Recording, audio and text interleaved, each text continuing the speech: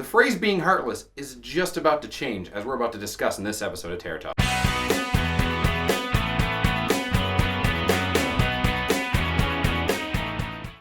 Hey everyone, welcome to Terra Talk, the show that reads the internet so you don't have to. I'm Travis Turcotte. And I'm Matt Slowikowski.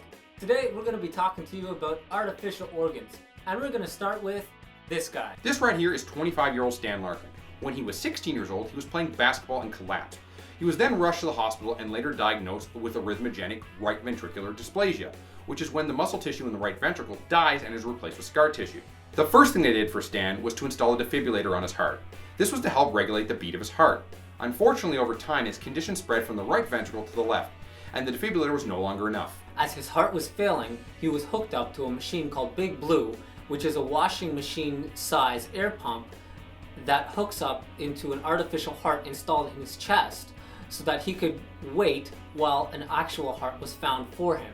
This machine kept him bedridden for months. Fast forward to winter 2014, and Big Blue was replaced with another system called the Freedom Driver System.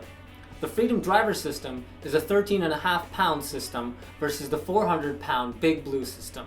This system could actually be fit into his backpack, which allowed him to leave the bed, allowed him to play with his kids, and even play a few games of basketball. There have been over 1,000 patients with the Syncardia artificial heart installed, the longest being 4 years. However, this was with the previous Big Blue type system. With the Freedom type system, the patient has more mobility and a high quality of life. Now we're going to give a breakdown of how the system works so you can understand how revolutionary this actually is. First, his heart is removed completely from his chest cavity. Then his 4 major heart valves are replaced with quick connects. Then the artificial heart is inserted where his heart was. These quick connects allow that if the artificial heart were to have a problem at any time or break, they can replace it quickly with no risk to the patient. The Freedom Driver System was approved by the FDA in 2014, Health Canada in 2011, and the European Union in 2010. Remember the old saying, wearing your heart out on your sleeve? This brings a whole new meaning to that. There are a number of different artificial organs being developed across the world, including the artificial kidney being developed at the University of San Francisco, California, to replace dialysis. It will also remove toxins from the body and regulate the body's water content. It's slated to be ready for human testing in 2017. As well, coming out in 2017 is an artificial pancreas. This is a massive innovation for those suffering with type 1 diabetes. This is going to greatly improve quality of life, as this machine is in 2 parts. One part, a pump system that sits on the outside of the body.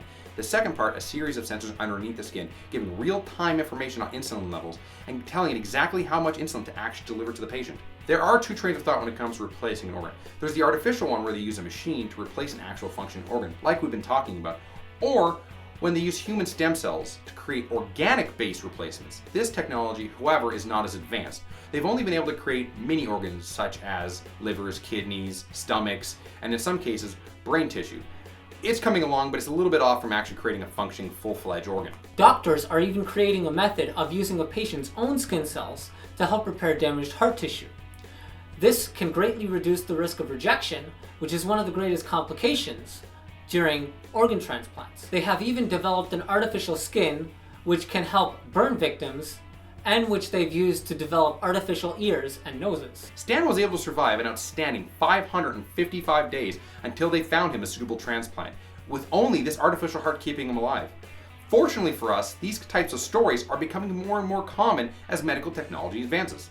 Thanks everyone for watching. I hope you liked what you saw. If you have any questions, put them in the comments below and we'll try to answer them. And if you liked the video, please hit the thumbs up, hit the subscribe button, and you can follow us on our social media. Those will be in the description below. This was Terra Talk, and we'll see you next time.